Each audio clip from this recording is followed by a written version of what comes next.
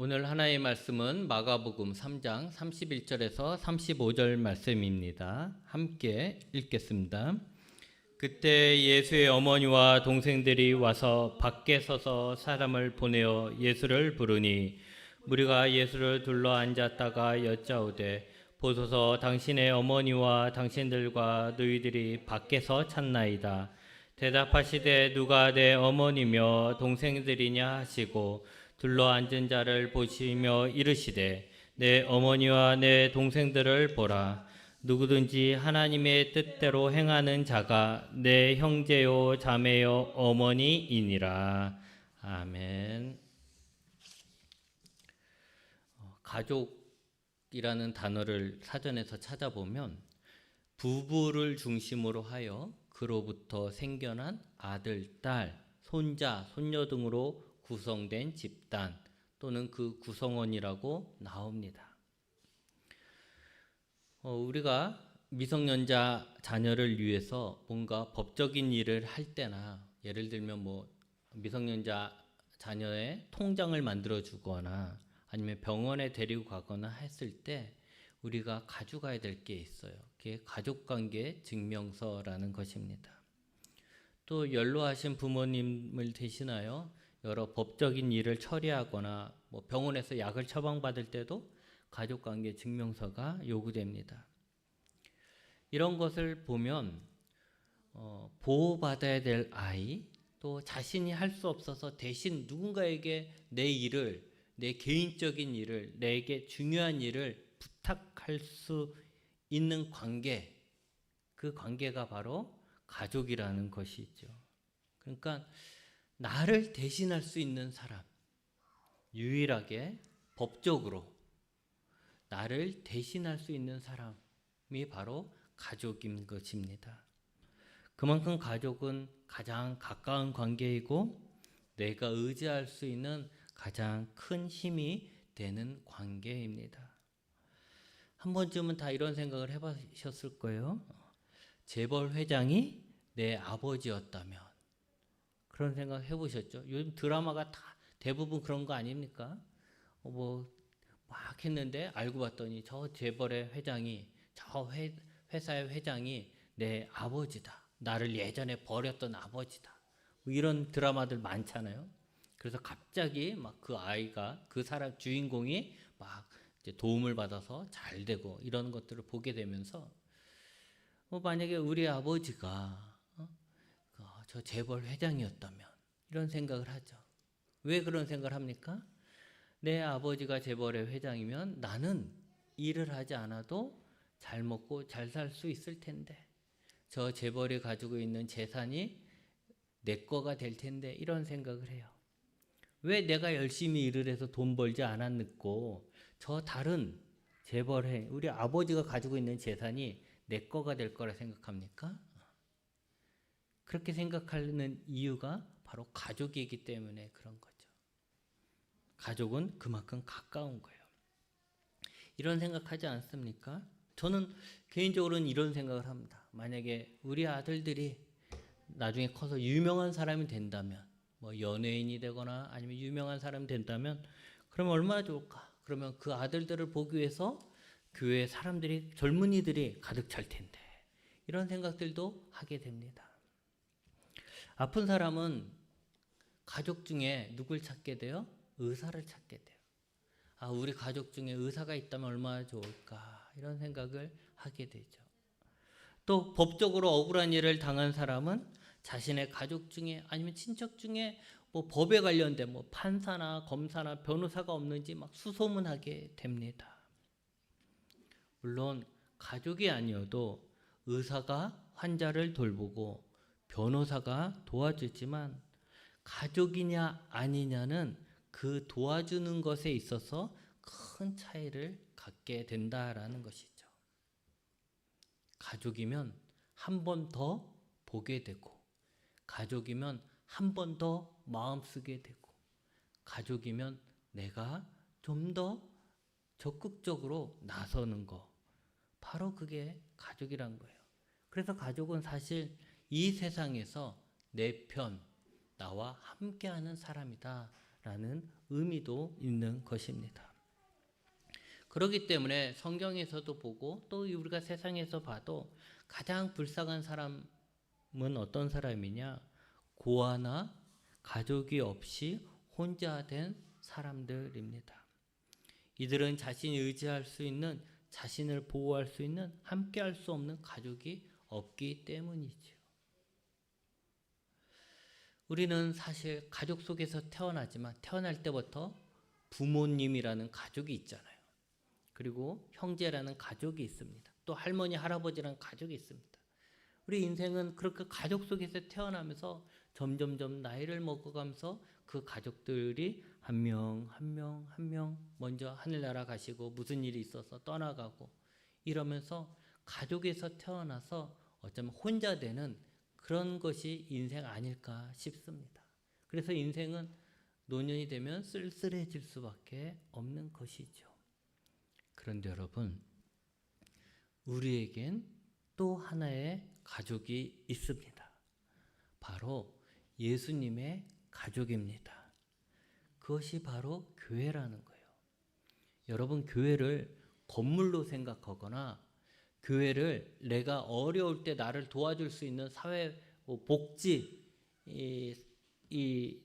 처로 생각을 하거나 아니면 내가 무슨 일을 하는데 내 명함에 뭐 세울 수 있는 어떤 그런 자랑거리로 생각할 것이 아니라 교회는 예수님의 가족이구나 라는 생각을 해야 합니다.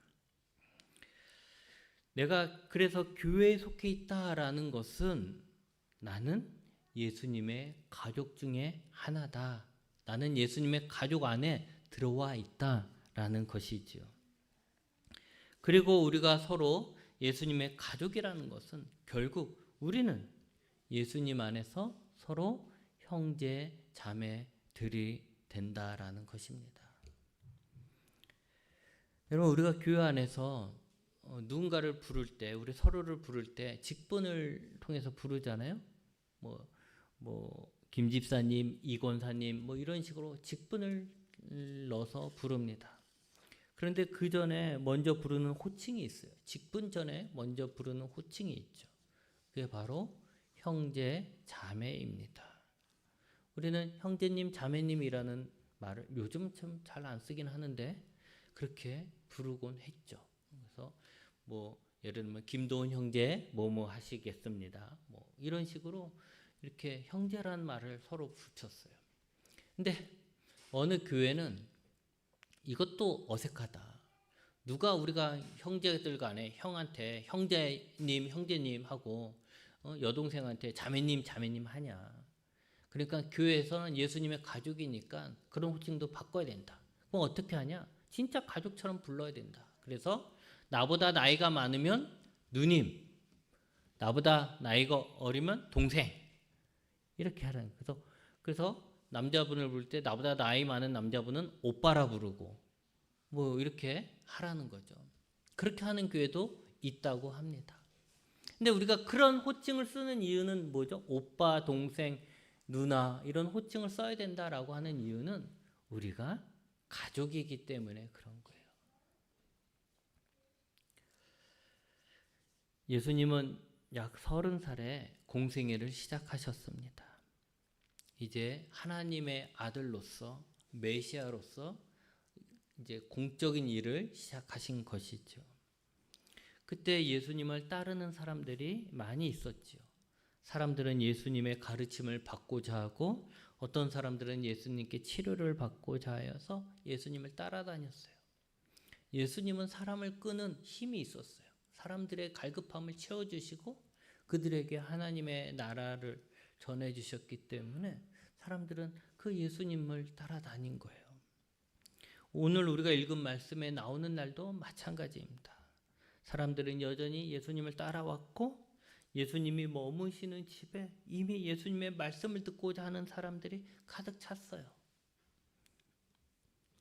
그런데 어느 사람이 갑자기 와서 집 밖에서 예수님의 집 안에 예수님을 따르는 사람들과 함께 있는데 집 밖에서 예수님의 어머니와 형제들이 예수님을 찾는다는 거예요. 예수님을 집 밖에서 막 찾아대는 거예요. 근데 왜 찾을까? 이 앞절에 오늘 우리가 읽은 이 성경 본문의 앞에 보면 예수님의 친척들이 예수님을 찾아다닌다고 나옵니다. 근데 왜 찾아다니냐? 그들이 생각할 때 예수님이 미쳤다라는 거예요. 미쳤다. 예수님이 자신들과 잘 살다가 갑자기 30살이 되어서 집을 나가고 떠돌아다니면서 자신이 하나님의 아들이라고 하고 메시아라고 하니까 그들은 예수가 미쳤다라는 거죠. 쟤는 나랑 같이 어렸을 때 같이 목욕도 했던 애고, 쟤는 예전에 내가 조패기도 했는데, 이런 생각하지 않겠습니까? 그런데 갑자기 자기가 하나님의 아들이라고 메시아라고 하니까 쟤 미쳤다. 쟤 잡아와야 된다. 이런 생각을 했던 것이죠. 그래서 그 집 밖에서 그 부모들, 그 형제들이 예수님을 찾는 거예요. 근데 여러분, 이게 조금 이상한 상황입니다. 집은 원래 집 안에 있는 자는 가족이죠. 가족은 집 안에 있습니다. 손님은 집 바깥에 있죠, 사실은. 외부인은 집 바깥에 있고 집 안에 가족이 있는 거예요. 근데 오늘 말씀해 보니까 집 안에는 예수님이 계시고 그리고 예수님 따르는 자들이 있습니다. 그리고 집 밖에 누가 있습니까? 예수님의 가족들이 있어요. 그러니까 예수님의 가족이라고 주장하는 사람들은 사실 집 안에 들어오지 못하고 집 밖에 있는 것이에요. 이런 상황에서 예수님은 엄청난 이야기를 하죠. 누가 내 어머니며 내 동생들이냐는 거예요. 집 바깥에서 예수님의 어머니가, 예수님의 형제들이 예수님을 찾는데 누가 내 어머니고 누가 내 동생이냐? 이렇게 얘기하시는 거예요. 여러분, 사실 자신의 어머니와 동생을 모른다고 하면 벌써 치매가 온 것이죠. 지금까지 자신과 함께 살았던, 그리고 자신을 낳고 보살펴준 어머니와 함께 자란 형제들을 사람이라면 모를 수가 없습니다. 치매에 걸리지 않은 이상 모를 수가 없는 거죠. 적어도 예수님의 어머니와 형제들은 자신들이 예수님의 가족이라고 생각했어요.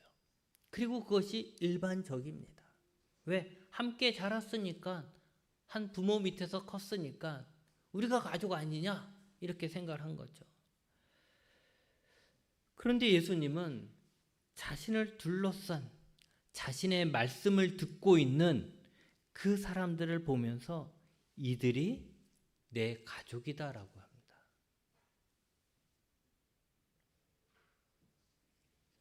그러면서 하시는 말씀이 누구든지 하나님의 뜻대로 행하는 자가 내 형제요, 자매요, 어머니다라고 했습니다.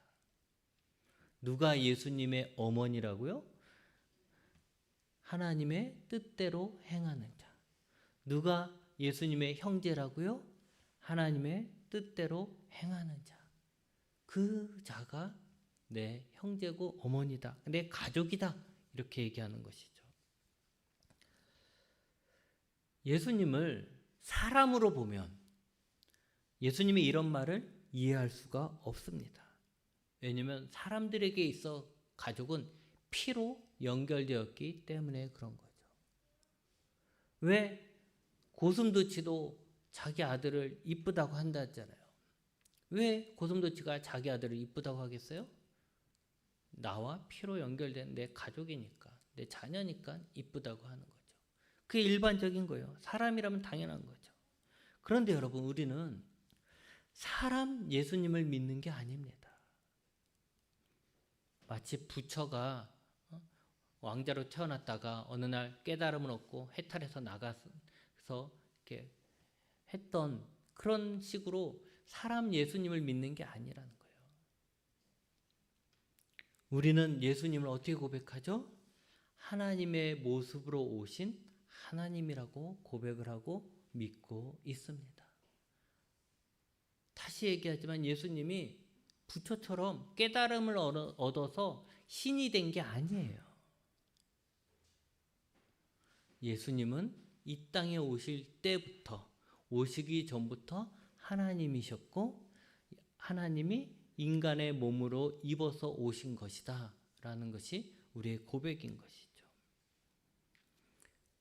그리고 사람의 모습으로 오신 하나님, 그 예수님의 진짜 가족은, 그렇기 때문에 그 예수님의 진짜 가족은 인간의 몸을 통해서 맺어진 그 가족이 아니라 하나님의 뜻대로 행하는 자들로 이루어진다라는 것입니다.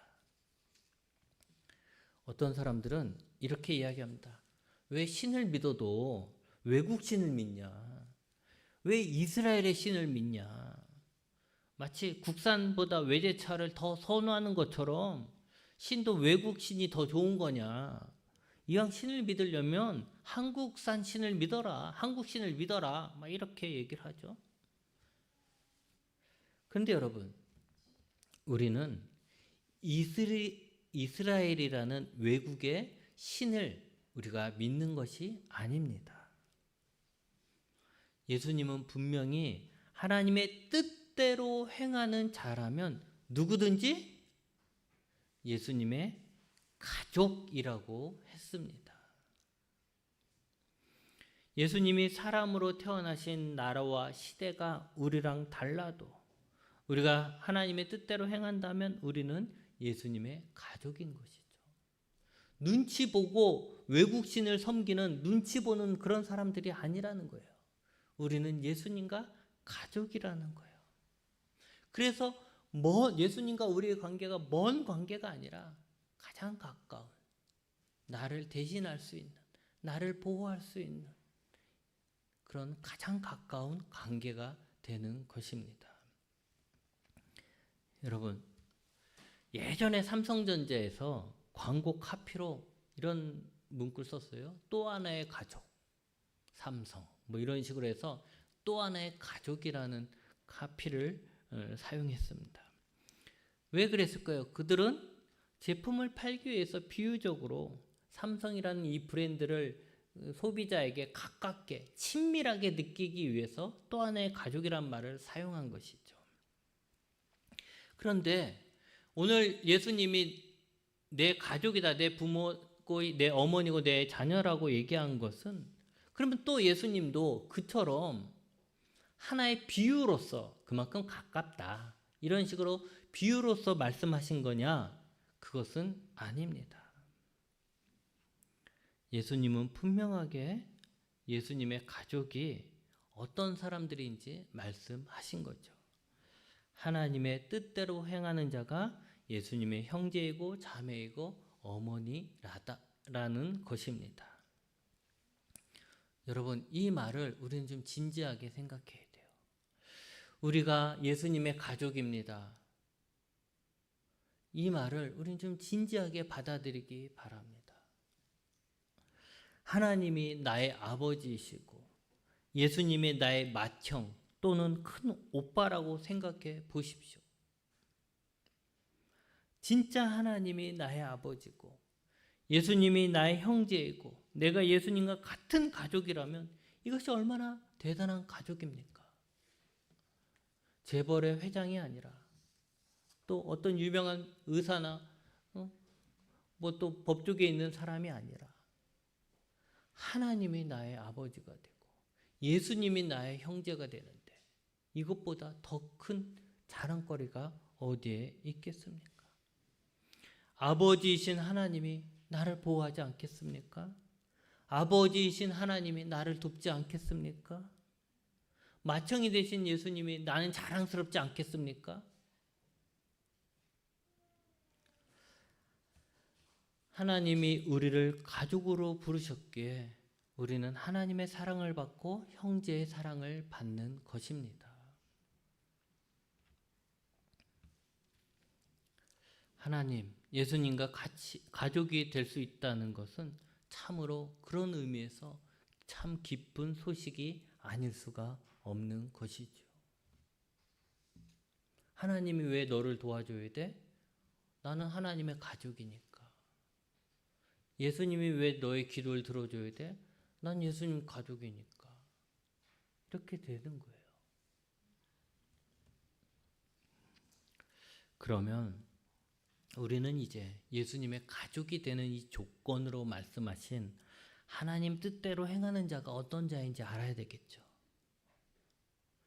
내가 정말 하나님의 가족, 예수님의 가족이 되고 싶다라고 하면 예수님이 말씀하신 하나님 뜻대로 행하는 것이 무엇일까에 대해서 궁금해해야 합니다. 그것은 먼저 하나님의 뜻대로 행하는 자는 믿는 자입니다. 요한복음 1장 12절 말씀이죠. 영접하는 자, 곧 그 이름을 믿는 자들에게는 하나님의 자녀가 되는 권세를 주셨다는 거예요. 하나님이 주셨다는 거예요. 그러니까 이게 하나님의 뜻이죠. 하나님이 그런 권세를 줬어요.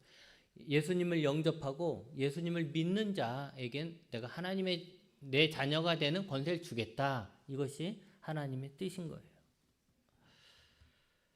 그래서 예수님을 믿는 자에게는 하나님의 자녀가 된다. 하나님의 자녀로서 인정함을 받는 것이죠. 오늘 말씀에 보면 예수님이 계시던 집에 사람들로 가득 차 있었잖아요. 그리고 예수님은 그들에게 내 어머니요 내 동생들이라고 했잖아요. 그러면 그 사람들은 누구냐라는 거죠. 그 사람은 뭐한 사람이었는데 이렇게 내 가족이라고 예수님의 가족이란 말을 들을 수 있었을까? 그들의 다른 점은 무엇이었을까라는 거죠. 예수님을 둘러싸고 있는 그 사람들은 뭐 하는 사람입니까? 돈을 많이 번 사람들입니까? 아니면 훌륭한 일을 많이 한 사람들입니까? 아니에요. 여러 종류의 사람들이 있었겠지만 그들의 공통점은 하나죠. 예수님이 하시는 말씀에 귀를 기울이고 예수님을 믿고 따르던 사람들이었다는 거예요. 그들 중엔 어부도 있었을 거고 그들 중엔 창녀도 있었을 거고 그들 중엔 또 세리도 있을 거고 그들 중엔 또 부자도 있었겠죠.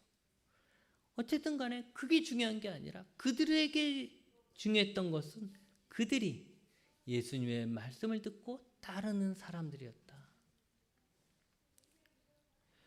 반면에 집 밖에 있던 자들, 스스로 자기가 예수님의 어머니고 동생이라고 했던 자들은 예수님을 믿지 않고 미친 사람, 취급한 사람들이에요. 물론 나중에는 예수님의 어머니와 동생들도 예수님을 메시아로 믿지요. 하지만 예수님이 가족으로 인정한 사람은 누구라고요? 예수님을 믿고 따른 사람들입니다. 예수님이 보내신 구원자이신 예수님을 믿는 것, 이것이 바로 하나님의 뜻입니다. 그리고 그렇게 하나님의 자녀가 되고 예수님의 가족이 된 우리를 향한 하나님의 뜻이 또 하나 있는 것이죠. 그게 로마서 8장 29절에 있는데 하나님이 미리 아신 자들을 또한 그 아들의 형상을 본받게 하기 위하여 미리 정하셨으니 이는 그로 많은 형제 중에서 맏아들이 되게 하려 하심이라고 하셨습니다. 하나님이 미리 정하신 사람들이 있어요. 그리고 그들을 통해서 하나님 자녀 만드셨어요. 그리고 자녀 만드신 이유가 그들의 맏아들인 예수님의 형상을 본받게 하기 위해서라는 것이죠. 하나님은 하나님의 자녀가 된 우리가 하나님의 자녀이다. 그러니까 나도 이제 방탕하게 살아야지. 예를 들면 우리 아버지가 돈 많은 부자다. 그러니까 나는 일하지 않고 방탕하게 살아야지. 이런 걸 원하시는 게 아니죠. 하나님이 우리를 자녀 삼으신 것은 우리가 하나님의 맏아들인 예수를 본받기를 원하신다라는 거예요. 나 하나님의 자녀니까 나 이제 막 살아도 돼. 나는 이제 구원받았으니까 막 살아도 돼. 아니라는 거예요. 하나님의 자녀인 우리가 맏아들을 본받기를 원하시는 거죠. 예전에 그러지 않았습니까? 자녀들이 많을 때 부모님이 누구에게 제일 집중적으로 투자해서 제일 잘 가르칩니까? 큰아들. 그렇죠? 큰아들에게 집중해서 가르치잖아요. 왜 그렇습니까? 큰아들만 잘 키우면 동생들이 다 큰아들처럼 잘 될 것이다 생각을 하는 거잖아요. 그렇죠? 큰아들만 잘 키워놓으면 동생들은 형 보고 그냥 다 잘할 것이다 생각을 하기 때문에 큰아들에게 다 잘해줄 수 없으니 큰아들에게 집중적으로 큰아들만 돈 보내서 학교 보내고 막 이렇게 하잖아요. 우리가 예수 그리스도 안에서 하나님을 믿어서 하나님의 자녀가 됐어요. 하나님의 자녀가 얼마나 많겠습니까? 우리는 이 교회에 모인 사람 몇 명 안 되지만 전 세계적으로 보면 얼마나 많겠어요. 근데 그들이 다 중구난방으로 자기 하고 싶은 대로 막 사느냐? 아니죠. 그들이 다 맏아들인 예수님을 본받기를 원한다라는 거예요. 그게 하나님이 원하신 하나님의 가족, 예수님의 가족의 모습인 거죠. 그러면 그 중에서도 예수님을 본받는다는 것은 무엇을 의미할까? 로마서의 말씀을 통해서 보면 예수님이 고난을 받고 영광을 받으신 것을 우리가 본받기 원한다라는 것입니다. 우리도 그렇게 되길 원한다는 거예요. 예수님이 이 땅에 오신 목적은 뭡니까? 이 세상을 구원하시기 위함입니다. 그리고 그 일을 이루시기 위해서 예수님은 고난의 길을 가셨던 것이죠. 그리고 나중에는 십자가에서 죽기까지 하셨습니다. 그리고 그 고난으로 죽도록 고생해서 끝이 아니라 그 고난을 이기고 부활하시고 승천하셔서 하나님의 우편에 앉아 있다는 거죠. 승리하신 거죠. 이것은 다 이 세상을 구원하시고자 하신 하나님의 뜻이었고, 맏아들이라 할 수 있는 예수님은 이 하나님의 뜻을 행하신 것입니다. 그리고 이제 우리가 행해야 할 하나님의 뜻이 되기도 합니다. 하나님은 여전히 세상을 사랑하시고 세상을 구원하시기 원하십니다. 하나님은 이 세상에서 하나님의 나라가 이루어지길 지금도 예수님 때뿐만이 아니라 지금도 원하고 계십니다. 그러기에 맏아들인 예수님이 그랬듯 우리도, 하나님의 자녀인 우리도 세상을 구원하기 위해서 하나님의 나라를 만들어 가기를 원하십니다. 그 일이 비록 고난이라도, 그 일이 비록 힘들어도, 내가 복음을 전하고 하나님의 나라를 세워가고 확장시켜가고 하나님의 이름을 전하고 하나님께 영광 돌리는 일이 어려운 일이라 할지라도, 그것 때문에 내가 어려움을 당한다 할지라도 우리가 도망가지 않고 하나님 뜻에 순종하여 나중에는 그 모든 것을 이기고 예수님이 얻으신 영광까지 우리가 얻게 되는 것, 그것이 하나님의 뜻이라는 것이고 우리가 본받아야 될 예수님의 모습이라는 것입니다. 여러분, 진정한 가족은요, 한 마음으로 한 뜻으로 함께합니다. 진정한 가족은 식구를 응원하게 돼 있잖아요. 내 일이 아니더라도, 내 형제의 다른 일이라도 마음으로 응원하잖아요. 그게 진정한 가족이죠. 또 진정한 가족은 나 혼자 살겠다고 도망가지 않습니다. 많은 사람들이, 못된 사람들이 하는 짓이 뭐예요? 누굴 협박할 때 하는 일이 뭐예요?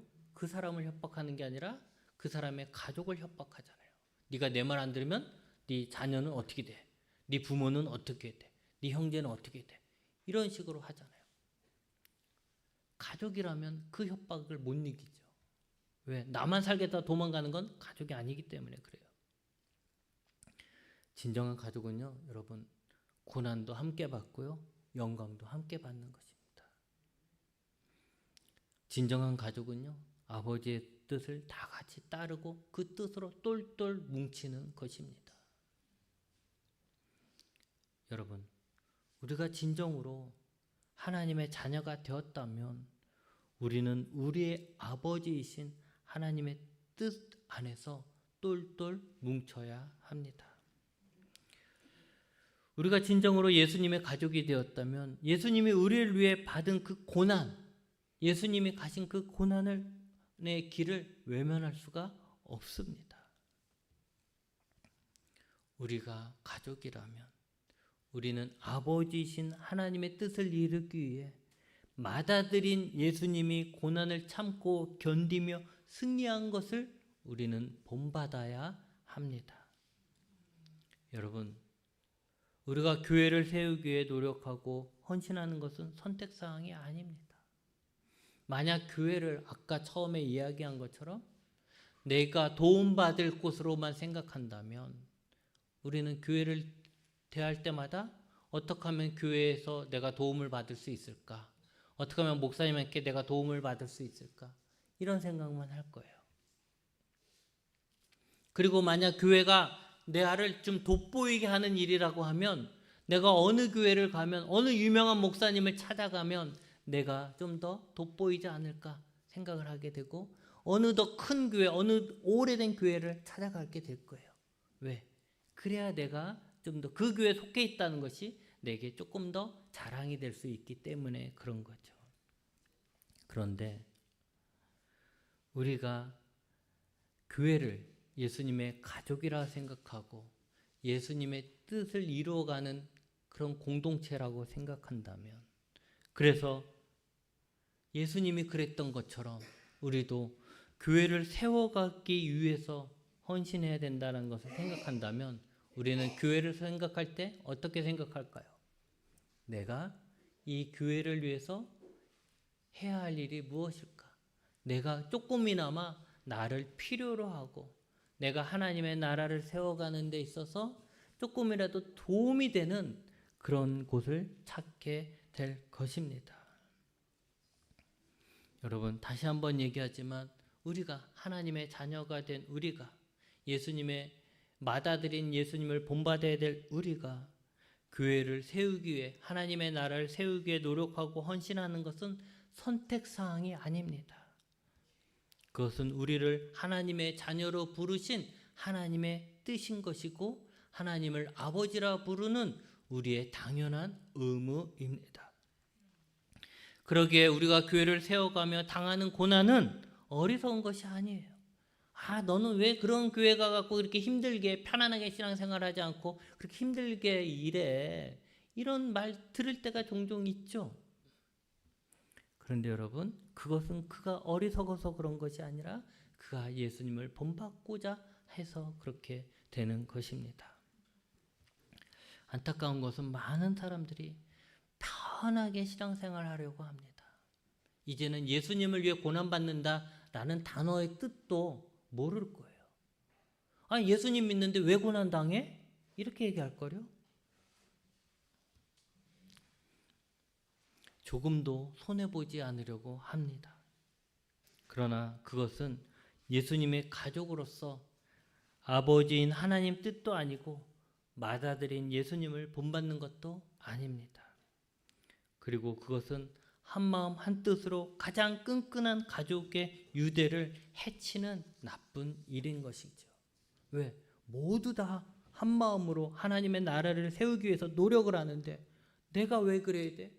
라고 하니 그 가족이 어떻게 되겠어요? 고난은 피하고 영광만 받겠다라고 하는 것은 있을 수 없는 것입니다. 다시 한번 이야기하지만 하나님의 자녀로서 예수님의 영광의 부활의 영광과 아들로서의 영광을 얻고자 한다면 그것이 우리에게 주어진 것인데 그것을 우리가 얻고자 한다면 우리는 예수님의 고난도 함께 받아야 합니다. 이제 말씀을 정리합니다. 여러분, 우리는 예수님의 가족입니다. 예수님의 가족으로서 우리는 아버지이신 하나님의 뜻을 다 같이 실천해야 합니다. 아버지 하나님은 우리에게 맏아들이신 예수님을 본받으라고 하십니다. 예수님은 아버지의 뜻을 이루기 위해 고난을 받으셨고 영광도 받으셨습니다. 예수님의 가족은 아버지이신 하나님을 따르는 가족입니다. 그것은 이 세상을 구원하는 것이고 하나님의 나라를 이루는 것입니다. 그 일을 위해 하나님의 자녀들인 우리는 맏아들인 예수님을 본받아 기꺼이 수고하고 헌신해야 합니다. 그리고 우리가 하나님의 나라를 위해 고난도 불사할 때 예수님이 받으셨던 영광도 우리의 것이 됩니다.